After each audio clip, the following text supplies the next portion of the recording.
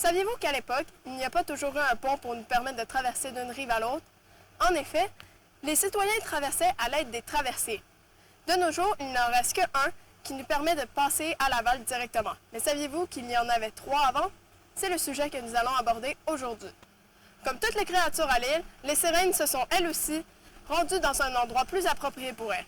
Vivant avant dans les marais du parc, elles se sont désormais rendues dans la rivière qui entoure l'île. Nous allons donc voir leur comportement face aux traversées, ainsi que quel genre d'accident elles auraient pu amener.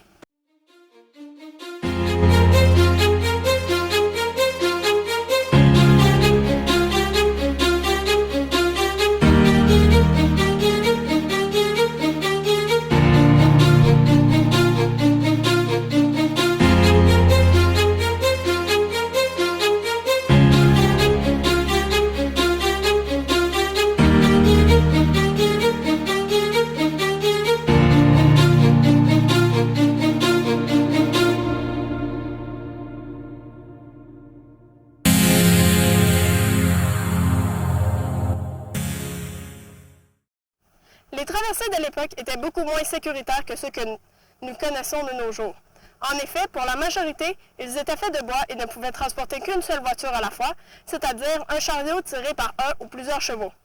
Tout le monde utilisait ces traversées pour se rendre de l'autre côté, car ils avaient tous besoin de se rendre au marché et de vendre leurs produits.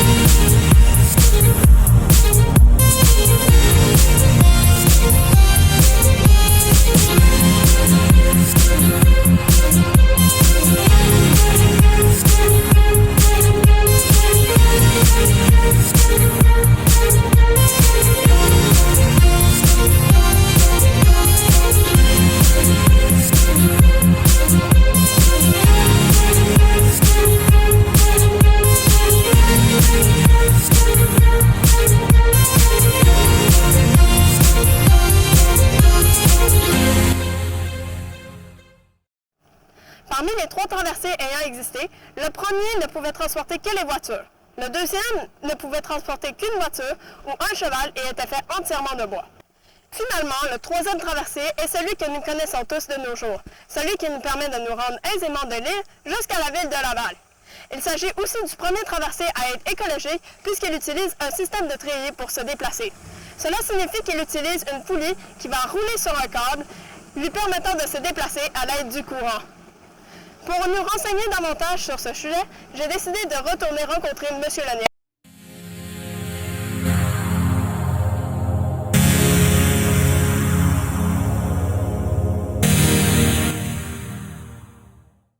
À l'époque, il y en avait 3. Il y en avait 2 du côté sud de l'île Bizarre, qui se rendait à Sainte-Geneviève. Et puis il y en avait un autre, nous autres, on a toujours dit, mais dans le haut de l'île, qui est effectivement le lien entre l'île Bizarre et Laval.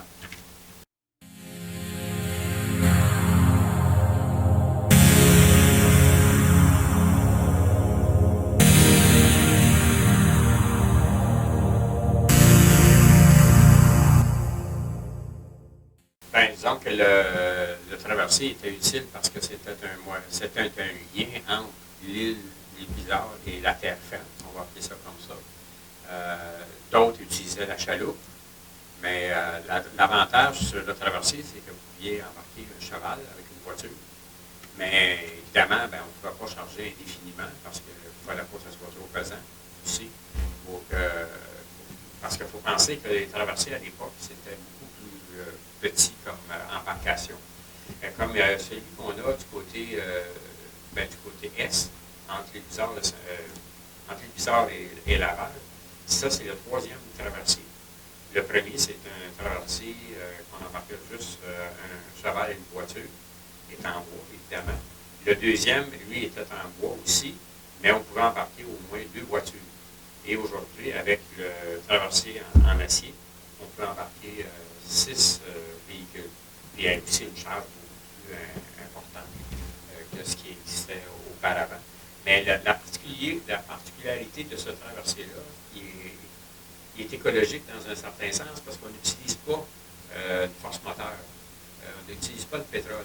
On utilise tout simplement un trail, qui veut dire que c'est un genre de poulie qui est attaché, qui roule plutôt sur un câble qui relie les deux rives à ce moment-là. Puis ça, cette poulie-là a été, ce système de trail-là a été inventé, si on veut, sûrement qui a été inspiré de d'autres endroits.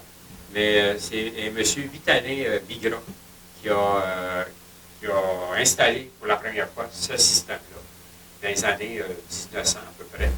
M. Vitaly était l'époux de Mme Wilson, qui a hérité, en fin de compte, d'une certaine façon, de la tâche du rôle de passeur. On appelait ça un passeur, celui qui s'occupait de faire traverser les gens.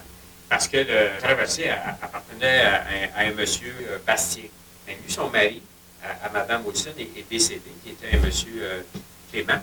Et suite à son décès, là, elle s'est mariée avec un monsieur Bigra. Et c'est son deuxième mari, en fin de compte, qui a mis au point le fameux système du treuil.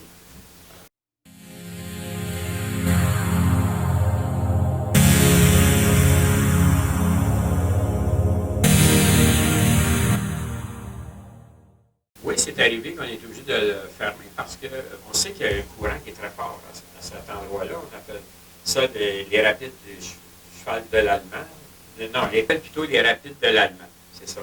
Alors, à un moment donné, ce qui est arrivé, malheureusement, il y a une embarcation qui a frappé le traversier et puis le traversier est parti. Il a suivi le courant. Alors, il s'est en allé jusque dans la rivière des Prairies. Alors, les gens ont fallu évidemment qu'ils vont le remorquer à sa place originale, puis faire les réparations, puis le remettre en place. Mais il est arrivé quand même quelques petites anecdotes. Une anecdote que je pourrais vous raconter, c'est qu'à un moment donné, il y avait un tournoi de golf du club de hockey canadien, à un des clubs de golf sur l'île Bizarre. Et puis à l'époque, c'était M. Scully Bowman qui était l'entraîneur-chef de l'équipe. Malheureusement, il a débarqué trop rapidement du traversier, puis ce qui est arrivé, il est tombé à l'eau. Alors, ils ont dû faire venir une remorqueuse, un camion pour le dégager de sa mauvaise situation. Alors, il y a eu des petits accidents comme ça à l'occasion. Mais c'est quand même très sécuritaire. Les gens, s'ils suivent les directives, il n'y a aucun problème, ça va très bien. Ça prend à peu près 3 minutes de traverser d'une rive à l'autre. Et puis, ce qui est quand même intéressant, c'est quand on voit le traversier qui va bouger dans un angle ou l'autre, parce que c'est le courant qui fait en sorte que le traversier va aller d'un bord ou de l'autre.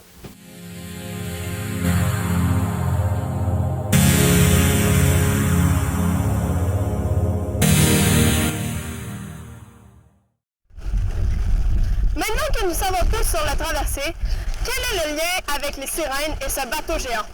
Eh bien, comme très bien connu dans les légendes, les sirènes sont de magnifiques créatures qui enchantent toute personne entendant leur voix. C'est pour cette raison que la tortue géante les gardait dans les marais. Mais lorsqu'elles ont réussi à s'enfuir et se sont rendues dans la rivière, ces dernières ont repris leur mauvaise habitude, celle de noyer toute personne se rendant sur le bord de l'eau. Lorsqu'ils ont découvert le traversier, leur but premier a été de le couler. Malheureusement, malgré tous leurs efforts et le fait qu'elles s'étaient mis à plusieurs dessus cette tâche, aucune d'entre elles n'a réussi à en faire couler un seul. Mais pourquoi? Elles auraient très bien pu percer l'un des deux traversiers qui était fait de bois, mais elles n'ont jamais réussi. Et ce fut la plus grande question qu'elles se sont posées. Ce qu'elles ne savaient pas, c'était que l'une d'entre elles était une traîtresse. Elle utilisait un coquillage magique que lui avait remis la tortue géante avant qu'elle aille rejoindre ses semblables. La raison pour laquelle la tortue géante lui avait remis spécifiquement elle ce coquillage était parce qu'il avait une confiance parfaite en elle. En effet, la jeune sirène lui avait souvent raconté qu'elle était extrêmement malaisée du fait qu'elle devait noyer des humains dans l'eau sans aucune raison. Lorsqu'elle lui remit le coquillage, la tortue géante expliqua à la jeune fille qu'elle devait souffler dans ce coquillage, ce qui créera des courants immenses empêchant les sirènes de se rendre au bateau. Mais si elle voulait que cela reste, elle devrait souffler tous les soirs à côté du traversier qu'elle voudrait protéger, sinon le courant cesserait. La légende raconte que si, lors d'une soirée paisible, nous nous plaçons sur le quai du traversier et que nous tendons l'oreille, nous pourrions entendre la mélodie jouée par le coquillage, et que si l'on l'assemblait, cela donnerait une musique fabuleuse. À date, personne n'a jamais entendu la mélodie, même lors des soirées les plus silencieuses. Personne, sauf une, le comte de l'île.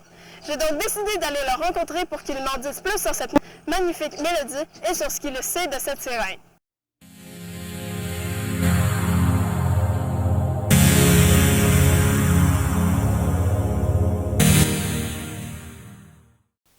Ouais, j'ai bien l'intention de vous parler d'un phénomène extraordinaire à l'île. La légende de la sirène du traversier me rend heureux à chaque fois que je la raconte. J'ai bien l'impression que c'est unique dans la province de Québec. C'est une magnifique créature qui cohabite avec la tortue géante de l'île. Elle possède une voix extraordinaire qui transporte les voyageurs au rythme des vagues et de la musique de l'eau en mouvance avec la force du vent. La sirène du traversier gambade à travers les champs au son de sa grosse coquille remise par la tortue géante. Ce son enchanteur la rend heureuse, au grand bonheur des gens de l'île et des voyageurs qui utilisent le traversier depuis le début du siècle dernier. Dès la Brunante, nous la voyons arriver avec son gros coquillage dans le dos, dans les parages du traversier. Elle se camoufle entre les arbustes se trouvant sur la rive du cours d'eau, reliant le lac des Deux Montagnes et la rivière des Prairies. C'est pour dire, c'est près des rapides du Cheval Blanc. Ce cheval qui est disparu un soir dans les rapides de la rivière.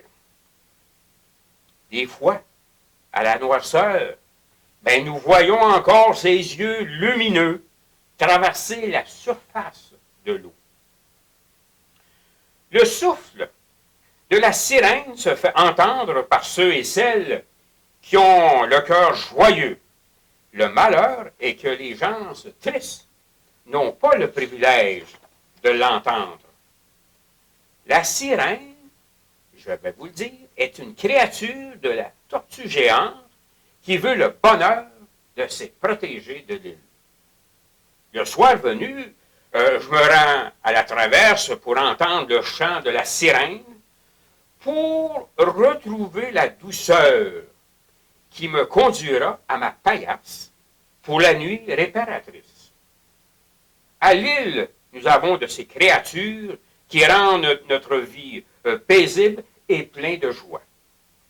Le jour, la sirène retourne près de la tortue géante pour bénéficier de sa protection maternelle.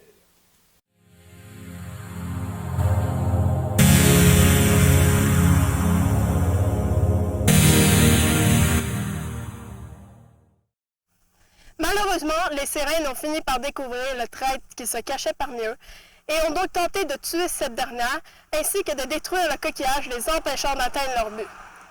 Heureusement pour elle, elle a réussi à s'enfuir de justesse avec le coquillage et est désormais cachée sur l'île, quelque part là où personne ne pourra jamais la retrouver. La seule personne connaissant son emplacement à date est la tortue géante qui envoie de temps en temps ses enfants lui donner de la nourriture et s'assurer qu'elle aille bien. Malgré tout cela, elle s'en va tout de même tous les soirs au traversier pour faire sonner le coquillage sous l'eau sans jamais se faire repérer par quiconque.